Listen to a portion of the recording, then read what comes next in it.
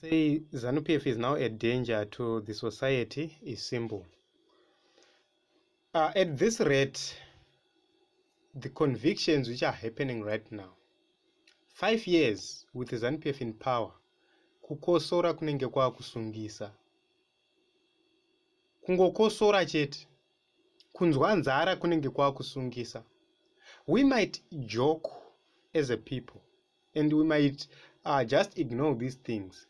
But these are signs kuti in the near future, if we continue to have ZANU-PF, we are going to be in more trouble. Tsitsi Dangarembga and Julie Barnes, they were convicted by a magistrate and they were fined Zimbabwean $70,000. Ichirimari, this is September last year. Rate yanga around 800 somewhere there, 700 to 800 somewhere there. And they were convicted, and the charge was participating in a public gathering with intent to incite public violence. This was a protest. Everybody is given a right to protest by the Constitution of Zimbabwe, which is the supreme law. Even the president is mandated to respect that supreme law. That is the same law which gives the president all the powers he does have. So, this is just a protest, guys. This is how Tsitsi Dangarembga and Julie Barnes protested. Vavasina mbowanda, papasina vanhu vakambowanda. Vakangonyora kuti we want better reform.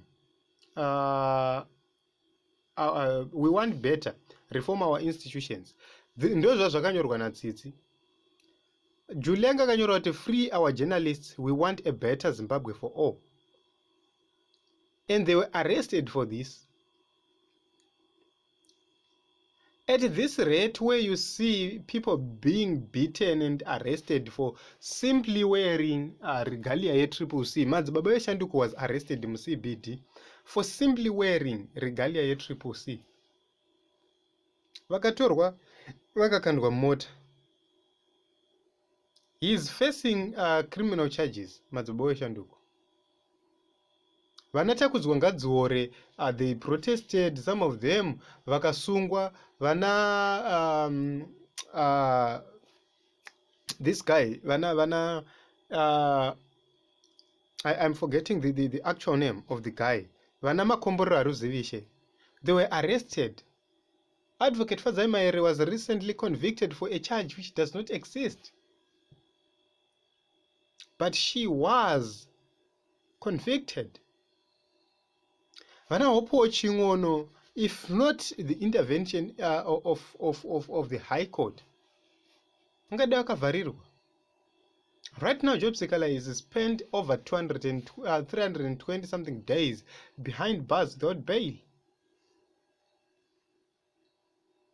So the question is, where is freedom in Zimbabwe?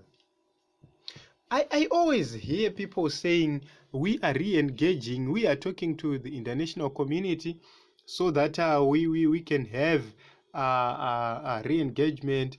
How do you reconcile and re-engage with the people who are outside your country when you can't even reconcile and re-engage with your own people?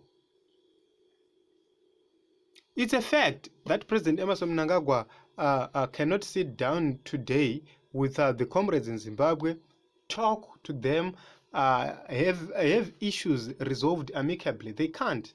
He can't even face Advocate Nelson Chamisa. He can't. So, honestly speaking, Team Zimbabwe, let us unite and make sure that we remove ZANU-PF. These elections which are coming, they are very important to us. We really need them.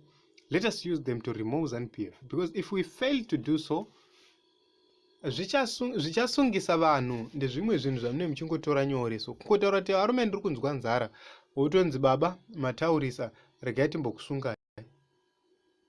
Amen. But let us register to vote, guys, and make sure that we all vote for change.